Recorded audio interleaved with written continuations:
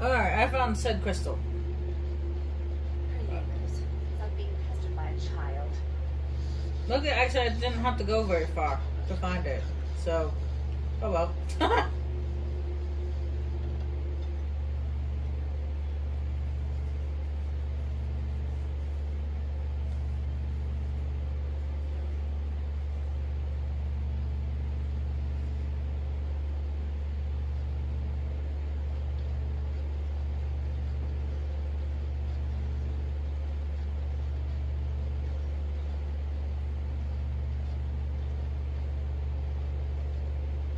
Now the pieces fall into place.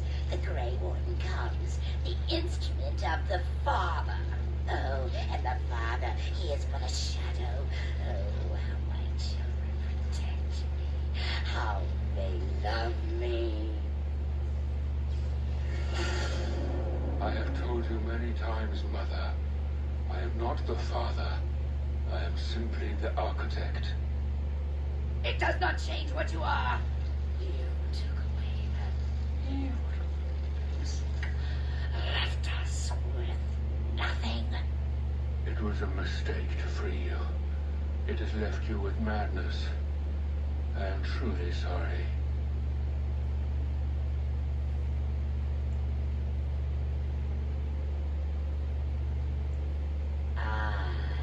But perhaps the Warden would like to hear how it was that the Father began the Blight.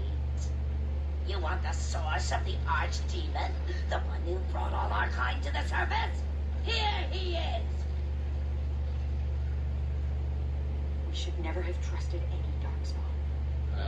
There it is then. Unfortunate. I did find the old god Atheniel, but I did not wish another blight. I attempted my joining ritual. My hope was that this would free all Darkspawn, unravel the curse from its source. Alas, I was unlucky. Is it not the way of the Grey Wardens to do what must be done, in the name of combating the Blight? The Blight is a menace, both for your people and for mine. To end it requires sacrifice and risk. And how lonely the Father was. How terrible to be the outcast, the outsider.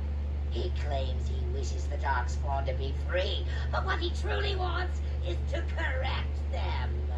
However you feel about what I have done, the Mother is mad. She cannot be allowed to... Begone, Shadow! And you already have. And now the hero is alone.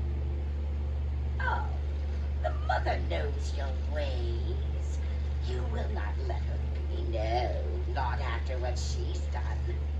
So it must end. It all must come crashing down. Perhaps we will hear the song again when we die. Oh, let it come. Let it come.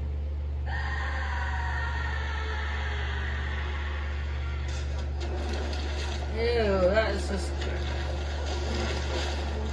I said it before, I thought rumors were disgusting before, but this one takes the cake.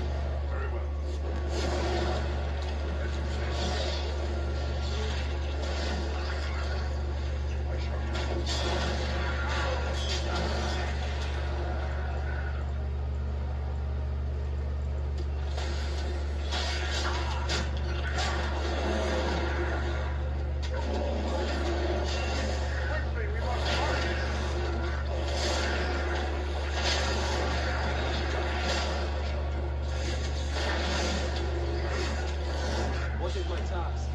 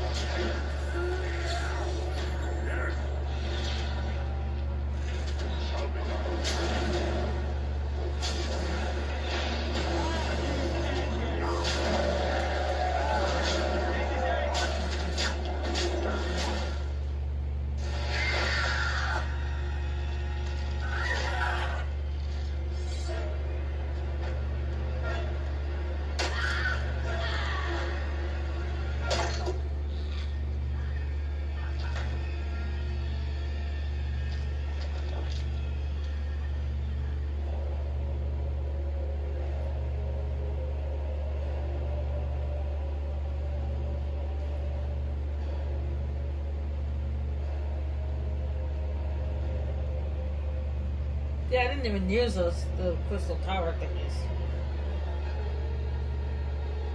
They're just to help you out and give it a boost and stuff.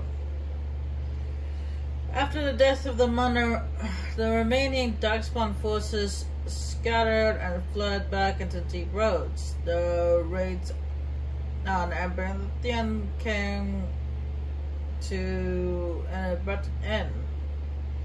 The architect apparently kept his word, gathering his remaining disciples to follow the rest of their kind deep underground. Those Grey Wardens in the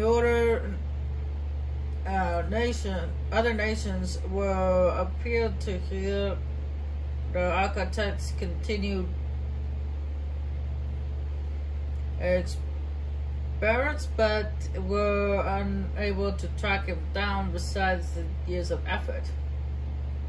Some within the order have claimed that the architect's survival guarantees another blight, and yet the Deep Roads have been lately been quieter than any can recall. Most have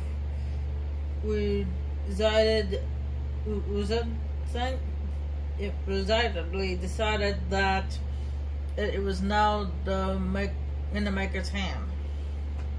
The destruction of Abernathian did not endure the Grey Wardens to the people of Ralden, although much of the civility wanted to forget the terrible event and get on with life. A small pledged to exact revenge against the Wardens. Yeah, good luck with that.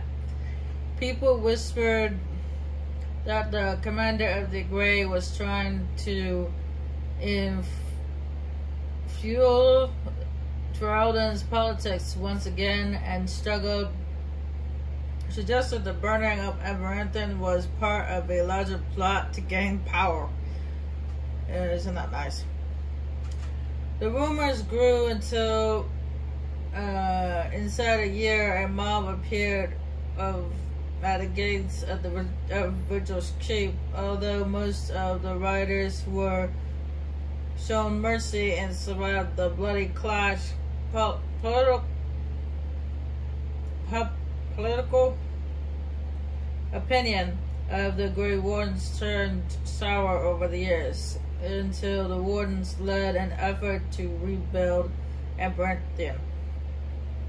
The Erling's priesthood suffered greatly during the war and suffered yet worse in the years that followed, since the first riot at Vigil's Keep and both them and thus other uprisings followed, often put down with butchery.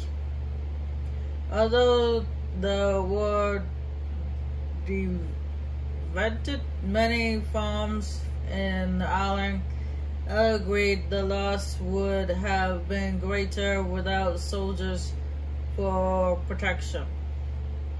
The farmlands devoted a certain revenge for the warden commander,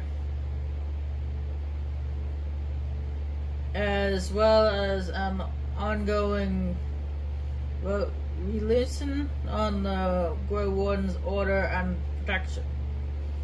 So, I don't think that's revenge. I don't know good words. The annals of the Grey Wardens hailed Commander Doran's defense of Avengers Keep as a critical victory. The Order's more clever recruits often spent days studying the account and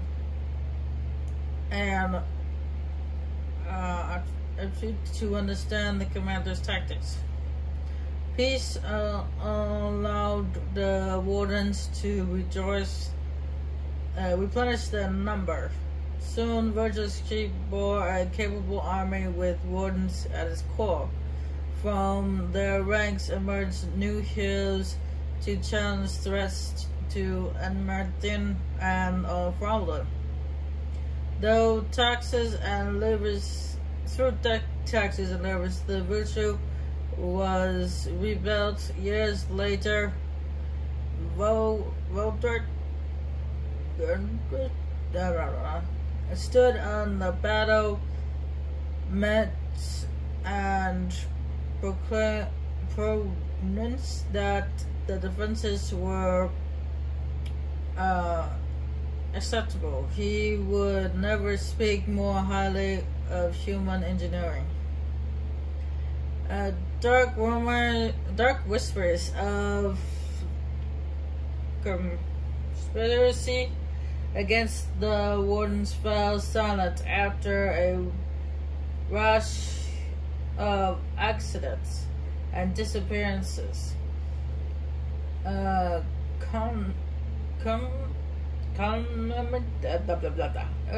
the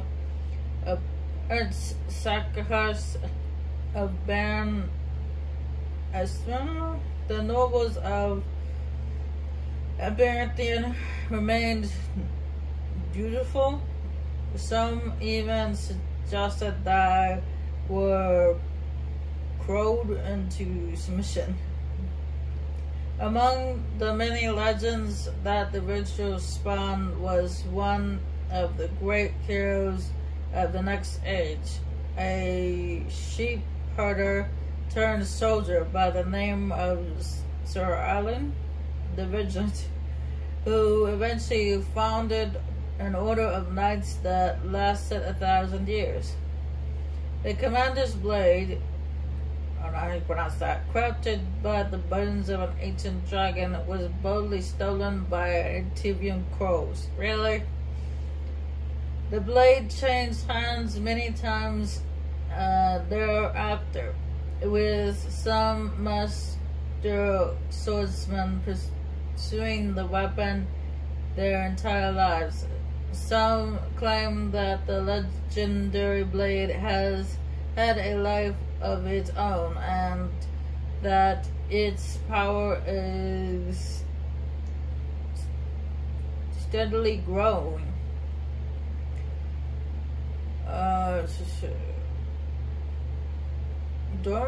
Dorkan further refined his lyrium sand explosives, but left the wardens employ after the Quinari merchants tried to assassinate them. Although the dwarf bomber took his secret with him, he left clues for others to follow in his footsteps. The virtual soldiers wore the Devious-Serverite armor that Master Wade crafted, come to be known as the Civil Order. Under the tutelage of the Wardens, the Civil Order developed into one of Ralden's most reserved military forces, a lasting memory of the Virtual's fearsome command. With Valmano and the architect gone from the region, the pilgrims' path began to see traffic again. The mess of middlemen and merchants, however, led to hostilities between the neighboring human settlements and any Dalish clans that passed by. One human village soon kidnapped and murdered a Dalish child, the clan rejected by giving the Winding Wood a wide berth. But both sides know that at some point the elves will return for revenge. A few years after Caernhund was emptied of Darkspawn, Orzammar began sending expeditions to Red to cover the knowledge of smithing that had been lost within the tag. Eventually, House Hermal decided that cavalry was too important to be abandoned. At a difficult cost of dwarven lives, they cleared the tunnels leading to Caernhund of all the Darkspawn, making the road between Orzammar and the fortress safe again. Caernhund was reclaimed for Orzammar once and for all. As promised, Volturk and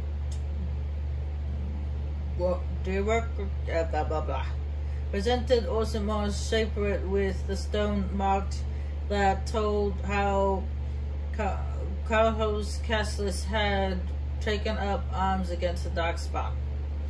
The commander of the Grey was invited to Orzammar as a guest of honor at a feast commending the defenders of Caernhund. The shapelet read the names of the castles off the marker, then presided over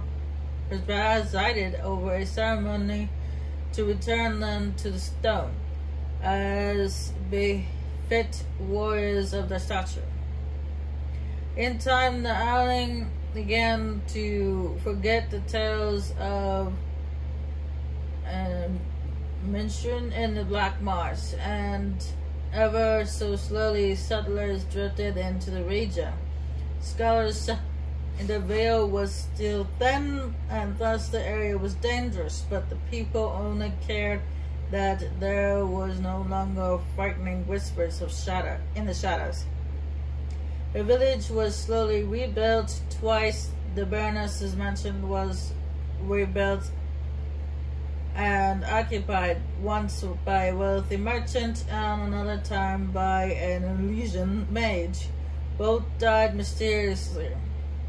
Afterwards, the mansion was torn down completely and the site left untouched. Anders remained with the Grey Wardens for a few years longer, training with others, the Order's next generation of mages, but the Circle Tower called on him to deliver a lecture on the nature of the architect, much to the Templars' dismay. Anders told the commander of the Grey that his time with the Wardens was over.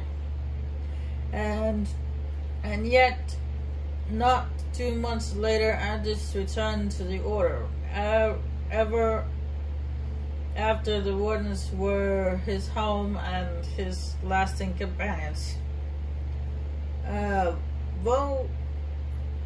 Valmont never saw her clan again, but neither did she forsake her dear culture, nor her sharp tongue, nor her quick temper.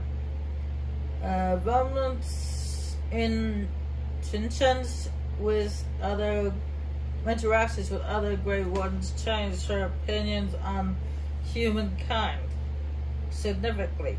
Shortly after the Mother's defeat, the Darkspawn stragglers who still remained on the surface attacked a human village. Valmont was the only warden nearby and defended the village single-handedly. She did not sneer once. Years later, an expedition in the deep roads, Valmont took off on her own after saying she had seen Sethrud in the shadows. The other wardens searched for her, but she was truly gone. Over the years, Nathaniel dedicated himself to the order and to clearly the bloodshed of his family's name. After saving Fergus Kuzlan from a bandit attack, a portion of Amvanthian was returned to the house. Nathaniel passed the holding to Delilah's son, and when a new castle was eventually built there, a statue of Nathaniel was erected in a courtyard. Justice served the Grey Wardens for many years, remaining in touch with Arya, the widow of Kristoff. She grew uncomfortable with the bodies decaying, however, and the day she told Justice she could see him no longer was the day he left the order. Justice wished his companions well, then Kuzla's body slumped to the ground, dead. Arya finally had a body to mourn. If the spirit itself remains alive, it has not shown itself. And that is true, because even though Justice left Kuzan's body, Justice was still trapped in the mortal world. He couldn't return to the faith. Although Sigrun seemed intimate to leave her calling, departing for the deep road, intent on leaving for her calling, departing for the deep roads to finish what she started in Calhoun. The Warden Commander had a knack for finding important and urgent things to occupy the dwarf. And so Sigrun delayed a long walk into the darkness for several decades. Even though she never stopped cracking jokes about needing to throw herself to death, Ogwyn continued to regale the young warden recruits with tales of his prowess both in battle and bed. His drinking games promoted at least one recruit to declare that she'd rather regurgitate the joining than lift another mug. Felsi returned to Rogers Keep several times to see Ogwyn, usually bringing their toddler as well. Ogwyn's inactivity to act seriously were on her, however, and her visits dwindled, then stopped altogether. If Ogwyn missed her or his child, he never showed it. As the savior of Ralden, he did not remain as commander of the Grey for long. The Darkspawn were no longer a real concern. The Blight, well, and truly over. It was time for him to move on. Some years later, the savior of Ralden vanished entirely. Nobody knows what pursued he departed, yet neither does any think his tale is complete.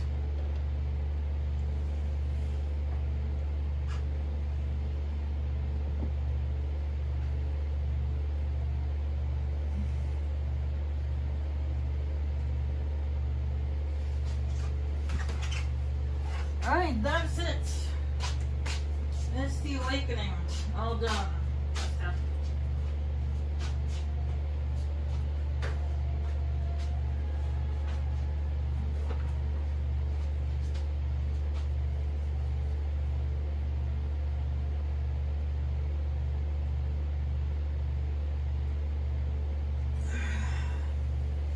Yeah, if you actually do manage to get Ogren to talk, which I failed to do, you can actually convince him to make amends with Velcy. Or at least try to stay involved with his son's life.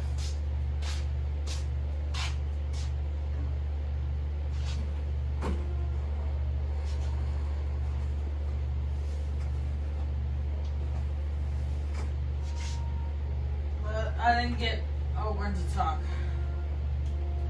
My bad. Oh well.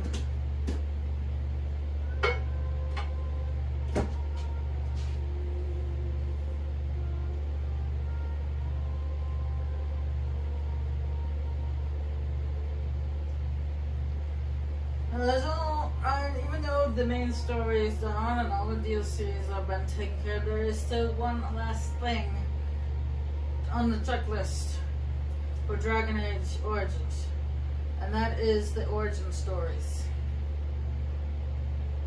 And that is what I'll be doing next time. Until then,